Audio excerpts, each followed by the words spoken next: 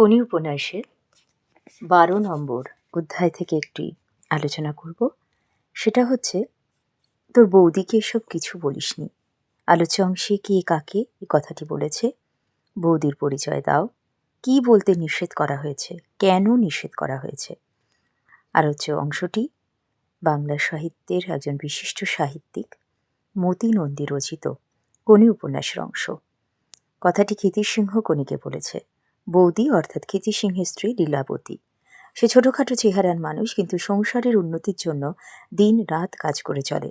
সে কাজের অনেক অনেক ভার তাকে নিতে হয়।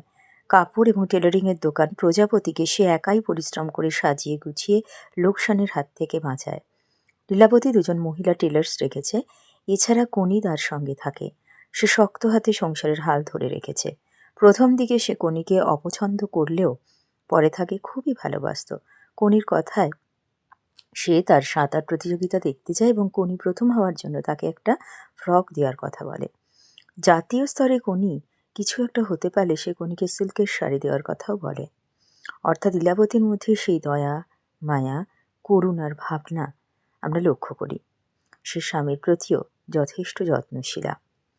জাতীয় প্রতিযোগিতায় মাদ্রাজ যাওয়ার আগে সাঁতারের একটা প্রতিযোগিতা হয়। সেখানে সেই ধীরেনবাবুর দলবাজি এবং চক্রান্তে কোনি তৃতীয় স্থান দখল করে। এরপর ধীরেন জলের ধারে ঝুঁকে অমিয়াকে একটা কিছু বলছিল। সেই সময় ক্ষিতীশ তাকে পেছন থেকে লাথি মারলে সে জলে পড়ে যায়। তুমুল হইচই শুরু হয়ে যায়। কয়েকটা ছেলে ক্ষিতীশকে সেখান থেকে সরিয়ে নিয়ে যায়। রাস্তায় বেরিয়ে এসে কোনির তোয়ালে দিয়ে ক্ষিতীশ মুখ মোছে। ঠোঁটের কষ পেয়ে তখনও রক্ত গড়াচ্ছে। বাস স্টপে দাঁড়িয়ে পাঞ্জাবি ছেঁড়া বুক পকেটটা টান মেরে ক্ষিতীশ খুলে ফেলে। সে কোনিকে বলে যে এই ঘটনা যেন তার লীলাবতীকে না বলে।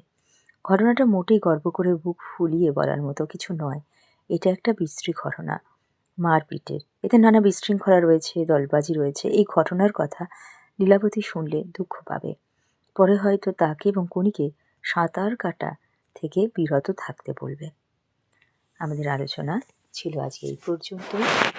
ফিরে আসবো অন্য কোনো আলোচনা পর্ব নিয়ে। সবাই ভালো থেকো। অনেক অনেক ধন্যবাদ।